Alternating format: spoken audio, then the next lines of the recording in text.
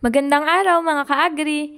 Ngayong araw na to ipapakita ko sa inyo kung paano pakinabangan yung mga overripe na saging at papaya. So tara, samahan nyo ako!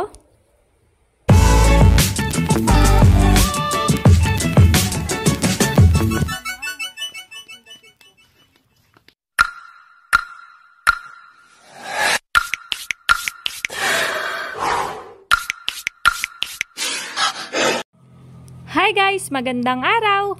Panibagong episode na naman tayo ngayon at huwag nyo pong kalimutan na i-like and subscribe ang aking channel. And syempre, welcome to my vlog. So ngayong episode na to, ituturo ko sa inyo kung paano magburo ng mga overripe na papaya at saging. Instead na itapon natin, bakit hindi natin gawing kapaki-pakinabang? So tara guys, samahan nyo ako at umpisahan natin sa proseso ng paggagawa. Tara! So ang gagawin natin ay fermented fruit juice. Ito lang yung gagamitin natin na ingredients ngayon. So ang gagamitin natin ay saging, tira na po yan and overripe, papaya, tira lang din yan at sobrang overripe na din, and of course the molasses or pulot. So, ang gagawin po natin ay magbuburo tayo or magpe-ferment. Magtataka kayo kung para saan ang molasses? Ang molasses po ang ginagamit natin para maging silbing pagkain ng mga good microorganism kasi iyon po ang ating pinapadami dito. Gagawa po tayo ng fermented fruit juice or binuro na mga prutas. So, sa ingredients po, ang kailangan ninyo is banana, papaya, squash, pumpkin, or watermelon. So, dahil ang available lang po natin ay banana at papaya, so wala pong problema doon. And sa ratio po, tandaan nyo po, 1:1. 1 kilogram ng fruits po, basta wag yung maasim, and 1 kilograms ng molasses. O sa magtatanong, pwede po bang sumobra yung molasses? Pwede po. Pero ang ratio po natin is 1:1. And pagdating naman po sa ginagawa natin, wala naman po ditong overdose kasi ang ginagawa po natin ay organic. Okay, sa procedure naman tayo. Una, dapat huhugasan po natin yung prutas kung hindi natin sariling harvest. And pangalawa po, i-drain po natin at least 5 minutes. So ako po hindi ko na hinugasan kasi sariling harvest po namin yan and sure po ako na hindi po namin yan ginamitan ng kahit na anong chemical. So after nyo pong madrain, ang kailangan naman po natin is hiwain yung mga available nating prutas. So ako po, tinanggal ko po yung balat kasi mas gusto ko po yun para mabilis ma-extract. And take note, pwede nyo pong isama yung balat ng saging. Wala pong problema doon. So may benefits pa rin po na makukuha kahit isama nyo po yung balat ng saging.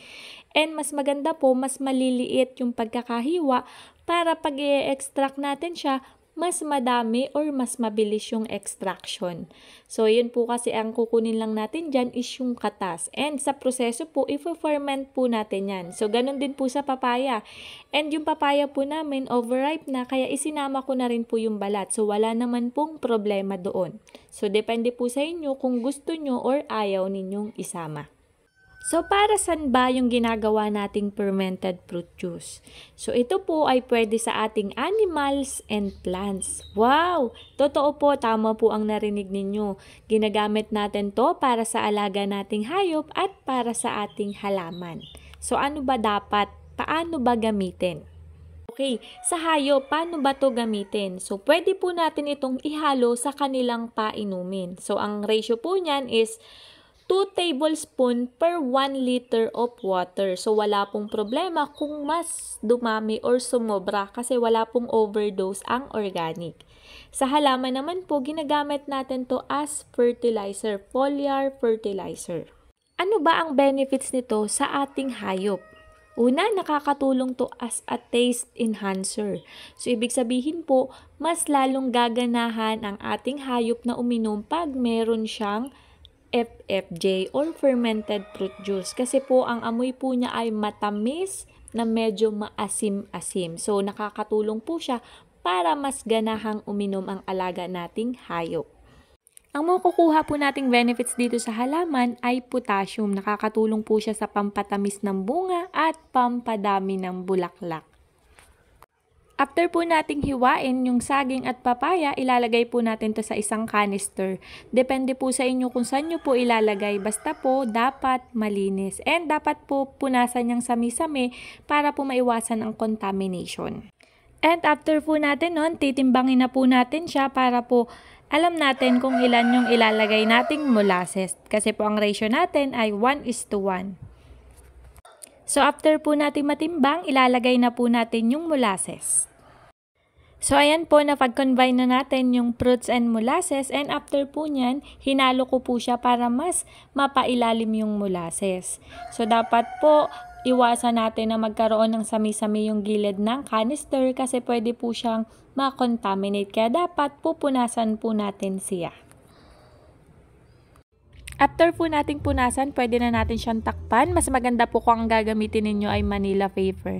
And sa pagtatakip naman po, tandaan na dapat maayos po ito para hindi makasingaw or para hindi pasukan ng mga bad microorganism.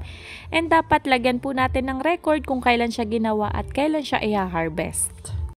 And next na po natin ay ilalagay na natin siya sa storage area. Dapat malinis at hindi nauulanan, hindi naiinitan. Hindi rin dapat mabaho ang inyong storage area para hindi ito makontaminate. And ipe-ferment po natin siya for 7 days. After 7 days, i-harvest po natin siya. Kukunin lang natin yung katas and pwede na po natin siyang gamitin. So, ganito po yung example kapag mag-e-extract kayo. So, kapag na-extract na po natin siya, pwede po natin siyang ilagay sa 1.5 and yung pinag-extractan po ay pwede nating ibigay sa manok at baboy. And tandaan po na dapat sa takip ninyo hindi mahigpit, hindi rin puno kasi po siya ay sumasabog. Pag binuksan nyo po kasi yan, para yung coke na sumisingaw. And take note po sa lalagyan natin ng mga hinarvest natin na concoction, dapat hindi rin nauulanan, hindi naiinitan, at malinis. Para maiwasan ang contamination at mas tumagal pa yung ginawa natin na concoction. So paggamit naman po niyan, pwede po kayo maglagay sa 1 litro ng tubig ng 20 ml or 2 tablespoon. Yun lang po, sana ay nakatulong tong video na to. Salamat po sa panunood at huwag nyo pong kalimutan na i-like and subscribe ang aking channel. Agree, cool tayo!